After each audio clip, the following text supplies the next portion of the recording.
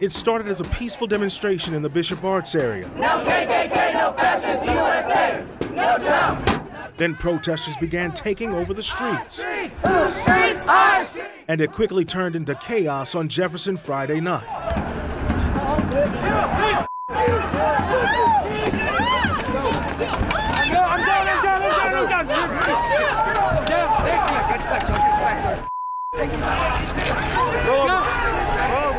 I wish it was more peaceful. I'm disappointed with everything, the whole fact that you can't even walk and speak our rights without the police always jumping at us.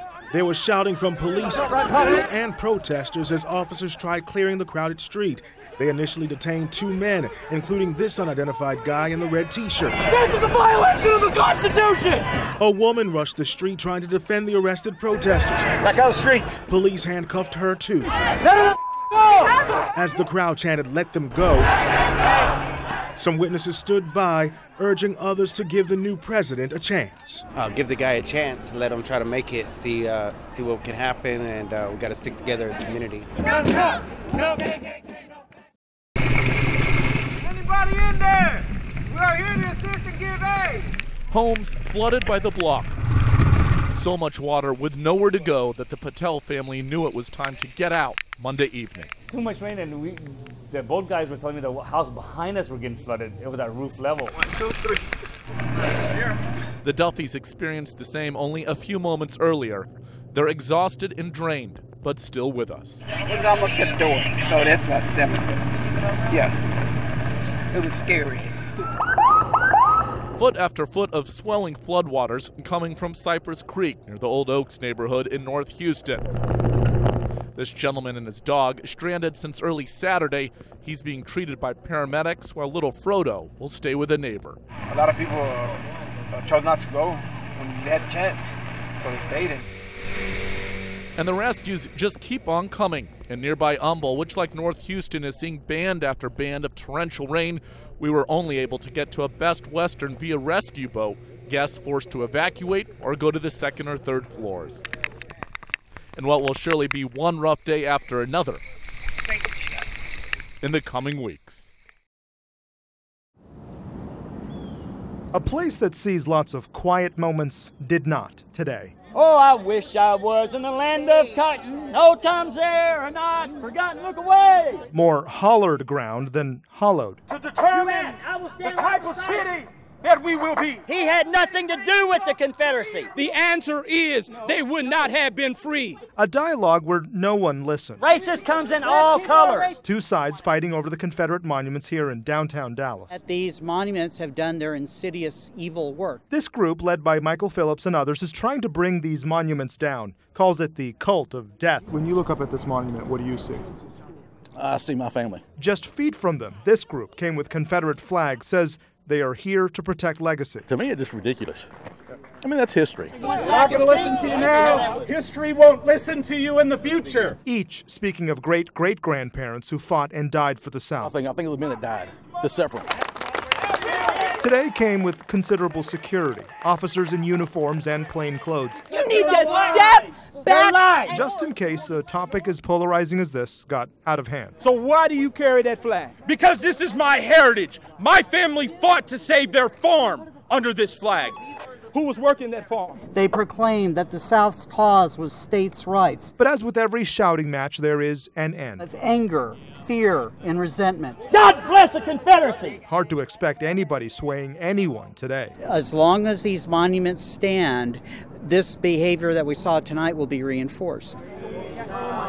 Today's rally ended in song for both sides. Well, I wish I was in Dixie. Hooray! Hooray! More noise that you don't expect here.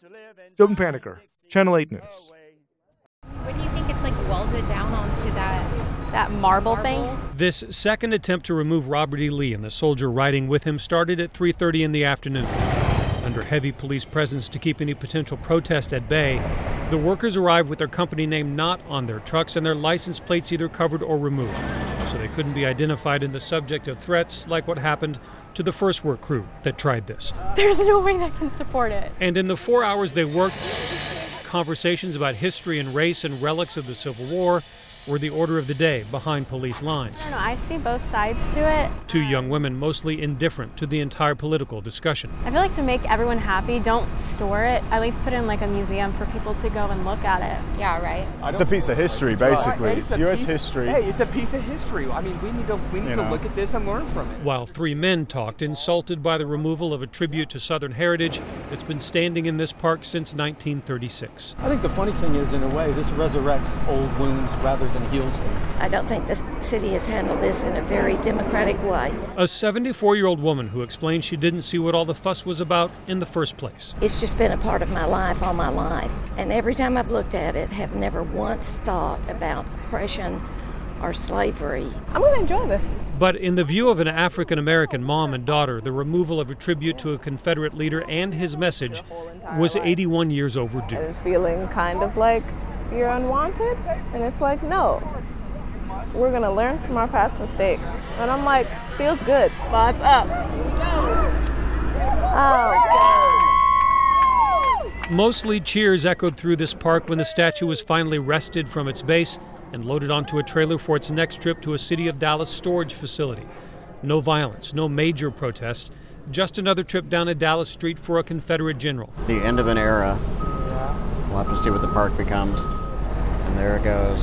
Riding into the sunset while the debate over what his legacy should be. This isn't what America stands for. Lives on. On Vanderbilt Avenue, it's a Christmas mystery in bright neon green. And I was like, oh my gosh, I can't believe someone did that. At the Hale House down the block, This is so funny. someone left a present. 1, 3, 5, 6, 7, 8, 10, 11, 13, 14.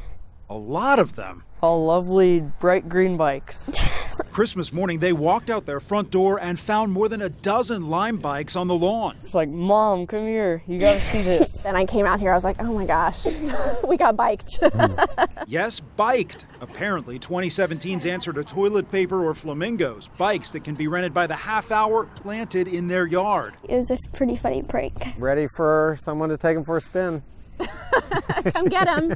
Right away, they had a suspect, their neighbor and family friend. A very good guess, and then the text was able to quickly decipher it. Today, we tracked him down, but David Wilk denied. Yeah, nope.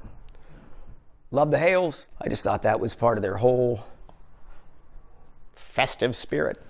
He did say, though, he's a fan of Lime bikes. You can pick them up anywhere, and then you can drop them off anywhere. How great is that? Sometimes they're all in bunches. Here's our house right here. The bunch on the Hales lawn shows up on the app. Oh my gosh. That's crazy. There's so many. Whoa, that is a lot of bikes. But by this evening, they were gone. Lime Bike picked them up. The company wasn't laughing, telling us it is, quote, morally wrong and an attack on the overall transportation system in Dallas. A good joke, maybe? The Hales are still smiling, and they won't forget. Pretty funny. The year everyone Better than toilet papering. got bikes for Christmas. It's probably one of the biggest surprises we've received. Certainly one of the oddest. Yeah. I'm gonna wake up with 1,000 bikes in my yard. In Dallas, Bradley Blackburn, Channel 8 News. How's everybody doing out there? Amen, sister. Okay. It took 4.5 years to get here. You may think that I'm talking through this. You heard that I'm lying, that I'm free. Randy Travis is no stranger to the stage or the show. Taped here in Fort Worth with lifelong musician Dave Alexander. It's not about money. Money can't buy what he needs. Because tonight he needs you to listen.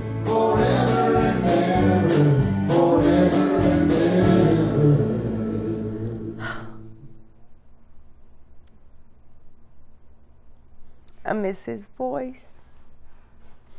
You may remember Randy Travis had viral cardiomyopathy. More than 4 years ago, his heart shut down. Life was minute to minute. We didn't know. He suffered a massive stroke, spent 5.5 months in the hospital. They said, just pull the plug, there's no hope. His wife Mary tried everything, took him to countless hours of rehab and therapy. only to find out the music that made him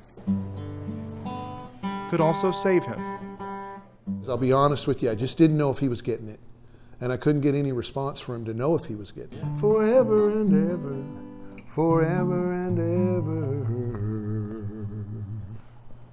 Amen. That's the one I wanted to hear. He holds music sessions in Randy's living room, the same place that holds his first guitar.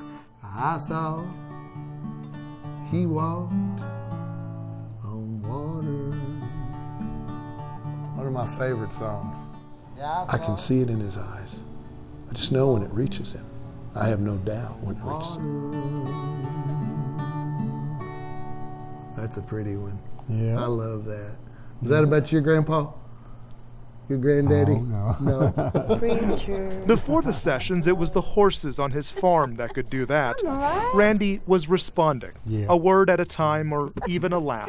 That's where he liked to spend his time, away from music. His father trained horses, so did he. His connection to them is undeniable, maybe now more than ever. It's getting time, though, that we probably start doing rehab again. No. Well, he's pretty adamant about that. Nope. Randy would rather have the rehab that happens on 6 strings, even when played wrong. When he started reacting to my mistakes in music, I knew you're not only getting it, you're getting it all. The breakthroughs were noticeable. It's amazing grace, really. How sweet the sound that saved a wretch like me. It's a special song for us. It is Amazing Grace. This life is amazing. Was blind, but now I see. The stroke that shut off part of his brain could not shut out the song he kept in his heart. He's using his mind to connect pitch, rhythm, and the emphasis of the song. His own songs are coming back too, slowly. If you're wondering how long I'll be faithful, just listen to how this song ends. I'm gonna love you forever and ever, forever and ever, forever and ever, forever and ever. Say hi to my buddy Randy Travis. Dave and Randy are now collaborating, doing shows to raise money for the Randy Travis Foundation. And that's why this moment matters. The voice once lost has now been found.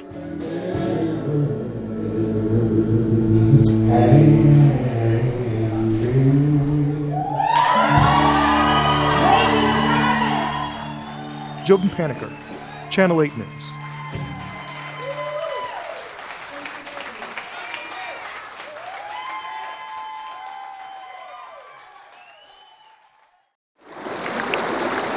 Hurricane Harvey made its statement. We saw it, heard it throughout Houston.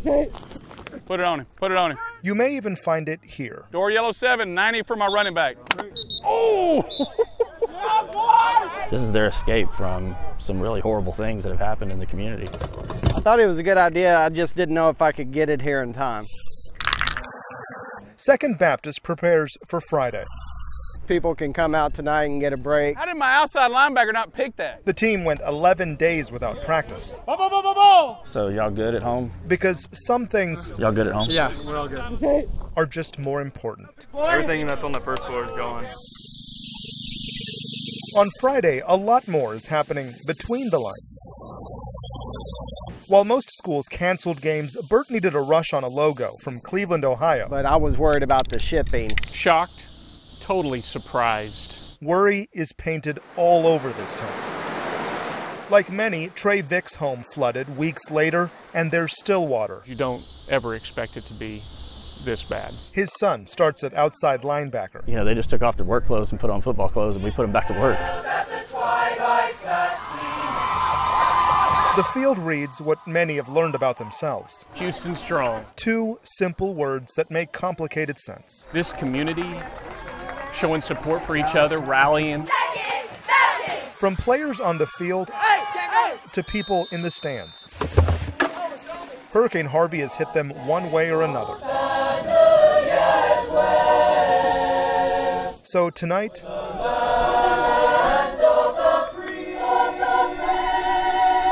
I think this is the perfect time to have a football game. Talk about making a statement on the field.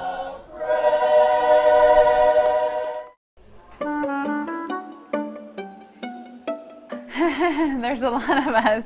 We're now a family of 6. You could say Nicole Baca was born to be a mom. Pizza! There's Tatum, twins Cassidy and Camden, and the tiniest of the bunch. His name is Lincoln Cole Baca. Today is little Lincoln's day to shine in front of the camera. And because Nicole is no novice, we asked to tag along. Oh my goodness gracious. Look at him. Isn't he so cute? Cute is Jessica Cook's specialty. Ta-da. They're so fresh and so pure.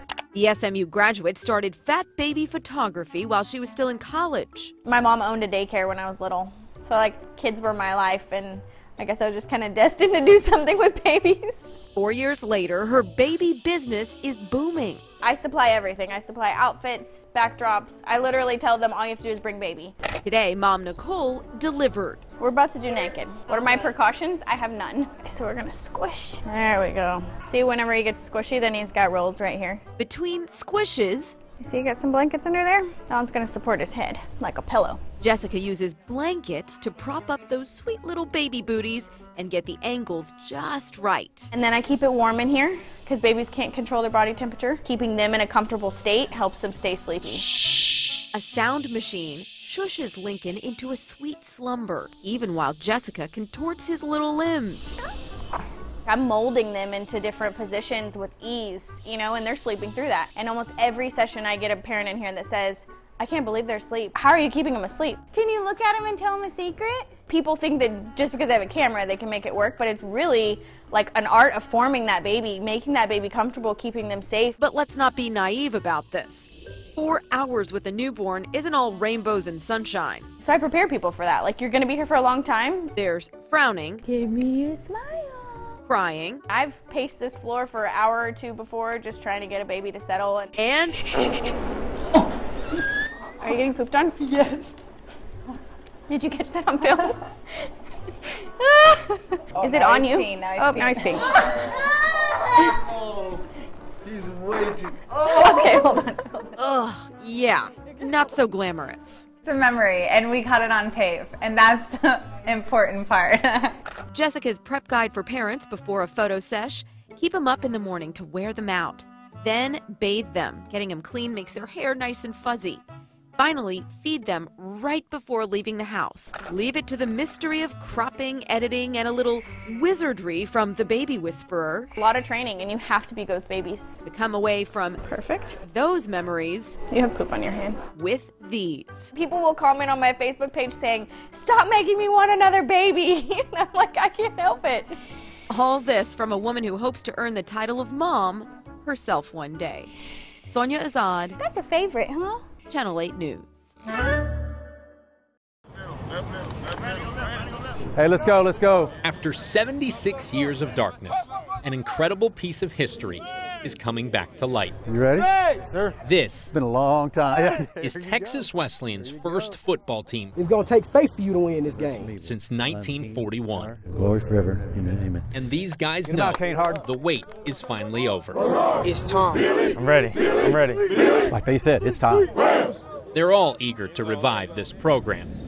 But safe to say, no one is more excited Oh, gosh, okay. than these two It's exciting. 70-year-old women from Fort Worth. Oh, thrilled. Just thrilled. So excited. Susan Roddy So excited. and Marcia Hilcher Yes. are best friends Yeah. who owe their lives and friendship to Texas Wesleyan football. If it hadn't been for the friendship of Hall and Monroe, we would not have our friendship. Susan's dad, Paul Splawn, This is my dad, yes. was the running back for that old Texas Wesleyan team. They were the dynamic duo. Marcia's dad, Monroe McCarty, That's my daddy, Monroe. was the quarterback. Daddy was Wesleyan football. And they were more than just teammates. They may not have been blood brothers, but they were brothers in every other way. They were inseparable. The two had been side by side since middle school. Always together. And so, after the attack on Pearl Harbor, Hall and Monroe both joined the war. Side by side. Marcia wasn't born until the war was over, but Susan was just 2 when her dad shipped out. And before he left, he asked Monroe to take care of Mother and me in case anything happened. That was the last time the two friends ever saw each other. Paul Splawn was killed in France in November of '44. Monroe was heartbroken, but never forgot what his friend had asked: take care of my family. So after the war, Monroe kept tabs on Susan and her mom. Over time, they grew close and eventually realized they were better together. He wanted to marry my mother, and that he would become my dad. Monroe McCarty gave his friend what he wished and gave her a sister. Marcia was born a couple of years later. A lot of people suffered for me to get to be here. It's hard. Monroe did just what his friend asked him to do. And I couldn't have had a better daddy than Monroe.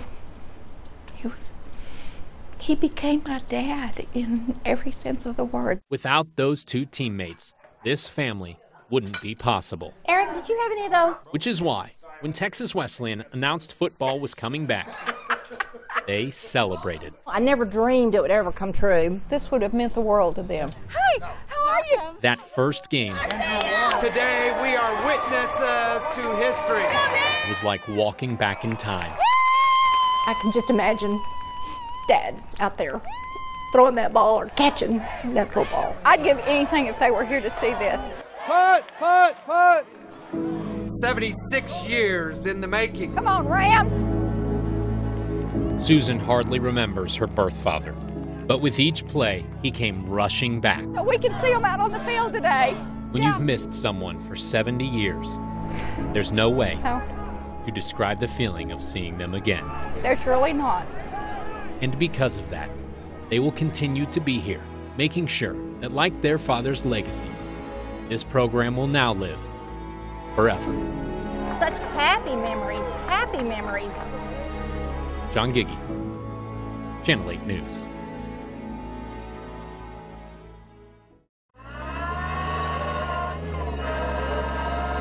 If you listen very carefully above the roar of the tractor, Come on, pig. and mixed in somewhere with the chorus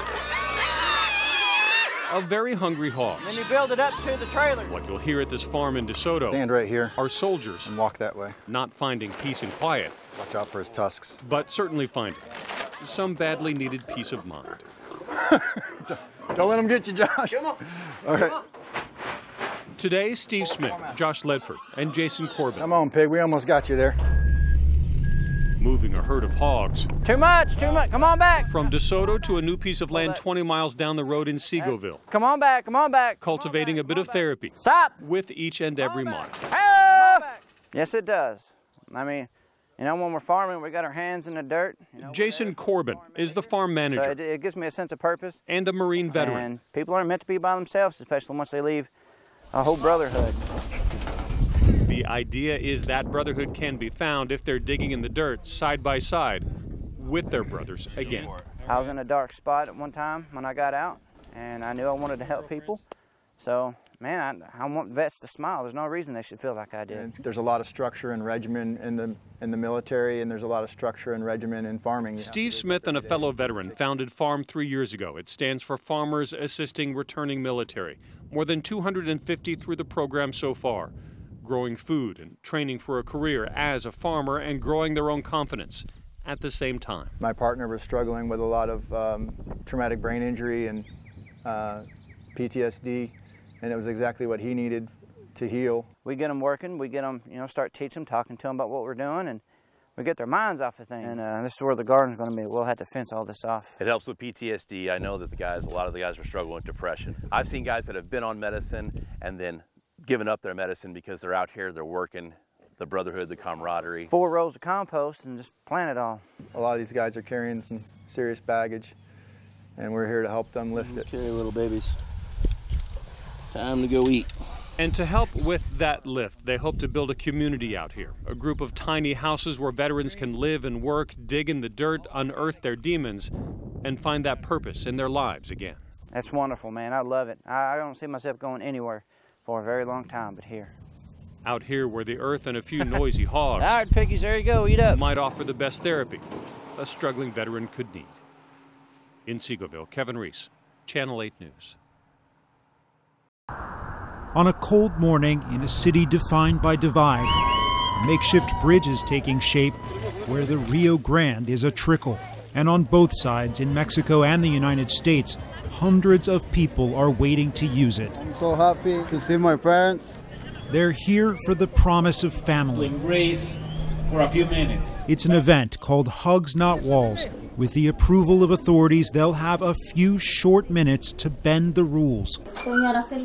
Mara is 24. She came to the U.S. with her family 10 years ago, fleeing violence in Juarez. But her older sister, Gabriela, didn't make it. She got caught, and then we went to see her. The last time she saw her was through glass. Yes. I didn't talk to her, but I wanted to. Now they see each other only through the glass of a cell phone. Gabriela was returned to Mexico, just miles away, but a world apart.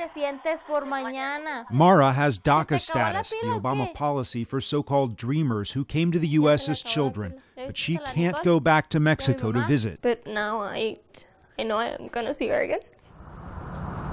Downtown, Maria arrived from Dallas 10 hours to see her father for the first time in 20 years. What are you most looking forward to?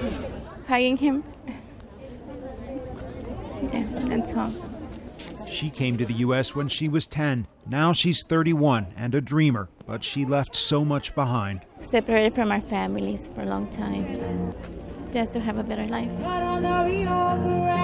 Hugs Not Walls is organized by the Border Network for Human Rights. We have families from Colorado, California, Arizona. They secure the permits and cooperation from agencies on both sides of the border. It really is a unique moment. They've done this 3 times, but fear this could be the last under the new administration. We need to do better, and that's what Hugs Not Walls is calling for. So, with press watching from around the world, it began. 15 families at a time heading down the banks. Those from America in blue, from Mexico in white. They crossed the river one by one and stood face to face. Then the signal.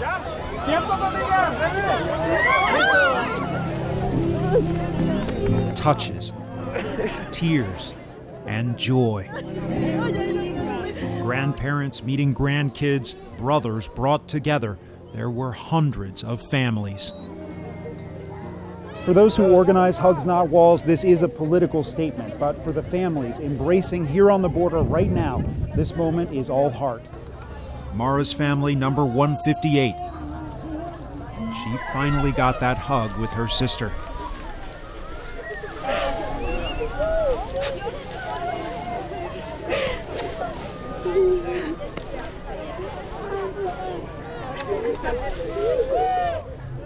Family number 226, Maria, spotted her father on the other side.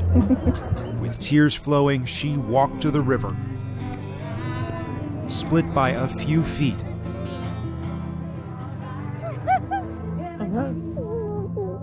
A hug that's waited 20 years.